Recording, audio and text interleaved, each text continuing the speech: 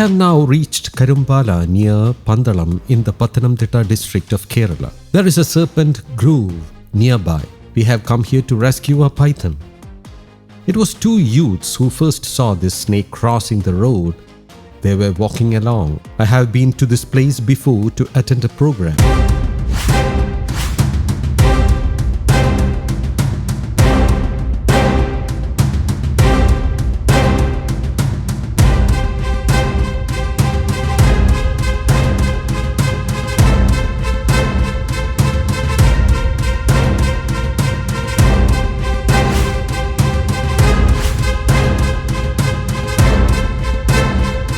This is not a massive python and there is nothing unusual about it. Of late, this area was flooded and the snake must have reached this place then. This species is found in large numbers in this locality. This python is locally known as Perumpambu. It is more than 3 years old. It is a healthy snake. Some people venture to capture pythons and get bitten by them. See, it has more than 100 sharp teeth arranged in rows. Its bite can cause deep wounds as the teeth are sharp and curved backwards, allowing them to latch firmly onto flesh.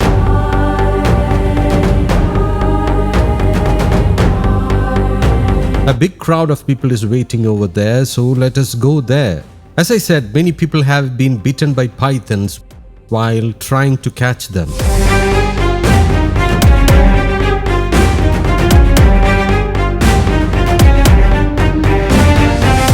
This is a female snake. In Kerala, pythons are seen in two colors, black and brown. It is also called the Indian rock python.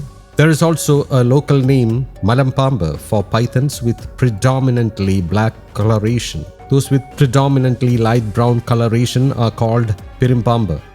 Both are the same species. They do not attack humans and will bite only if they are caught. They usually bite when people try to show off with the snake or play with it while holding only its tail.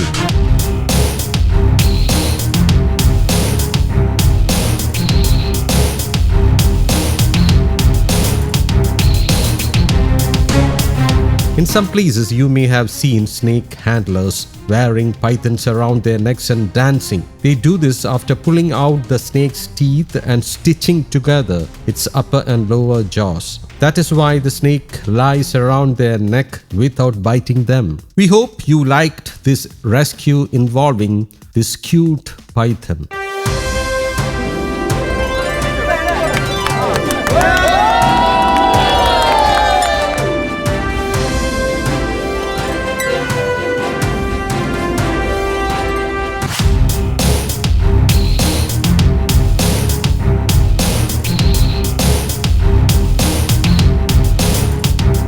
Now I have reached the next location.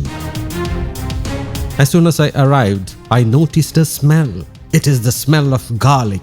Many times throughout our episodes, we have repeated that there is no connection between snakes and garlic. Let us check inside for the snake. They say it is a common crate.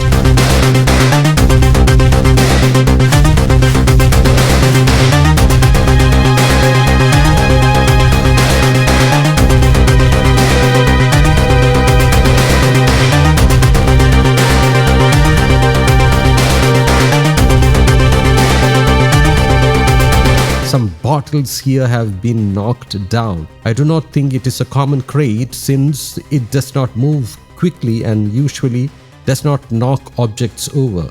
Now let us look inside. There is some firewood and other materials here, so we will have to move them out. They say the snake is somewhere in this pile of firewood.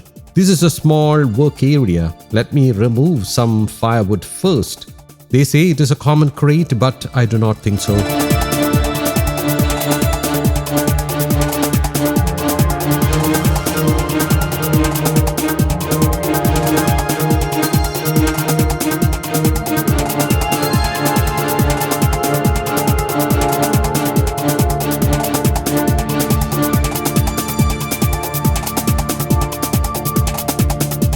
Still, I cannot say for sure. Anyway, let me check.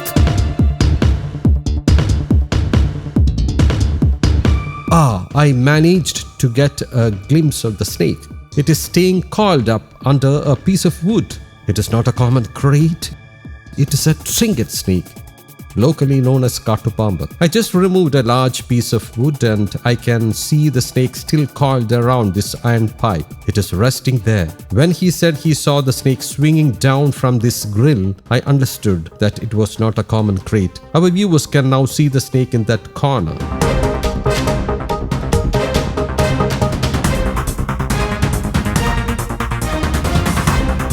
It is going up the wall. That is one of its features. Let us hurry up. Let me get out of this room. Many people are waiting outside. The caller was a friend of mine. He is staying in this rented house. You do not need to be frightened of the snake. It is a harmless, non-venomous snake like the rat snake. No anti-venom injection is needed if it bites. By the way, there are baby rats in its stomach. See, this is one of the peculiarities of the trinket snake. It can coil around a clothesline like this and reach the inside of your house. So always be careful while tying clotheslines. It can travel along them and even reach 3 branches by climbing onto them. So be careful.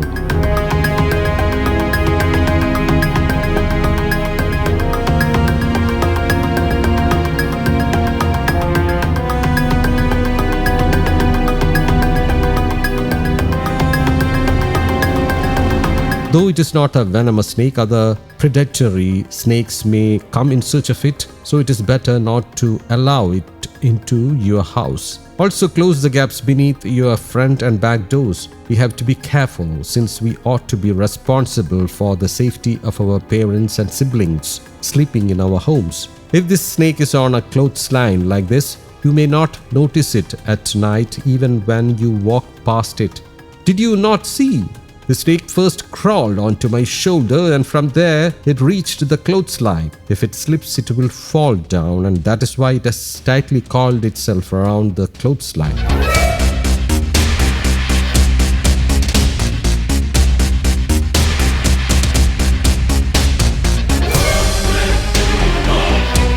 Once it gets a grip, it can crawl to any place.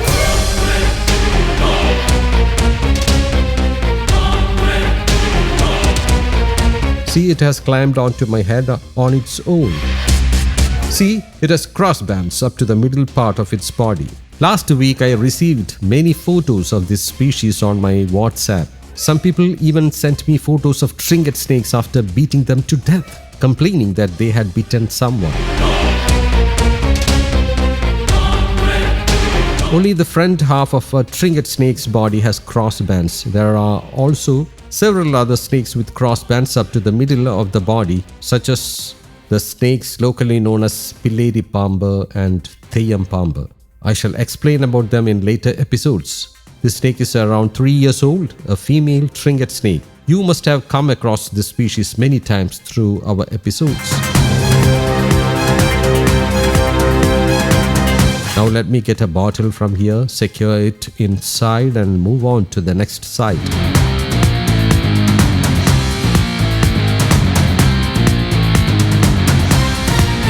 Yesterday, a person called me to clear up a doubt. He asked whether bottling snakes like this would harm or kill them. I told him that a snake would die if it were kept in a bottle without air holes. He also asked whether the snake would die since we do not make holes in the bottle immediately after securing it inside. Then I explained that a knife or pointed object to make holes in the bottle. Then I explained that a knife or pointed object to make holes in the bottle may not be readily available at the rescue spot. We have scissors and knives in our vehicle, and we make holes in the bottle as soon as we get back into the vehicle. A snake can survive in an airtight bottle for about 30 minutes. In our earlier episodes, we have shown how we make holes in rescue bottles. So, winding up the mission here, let us move on to the next location in the middle of this night.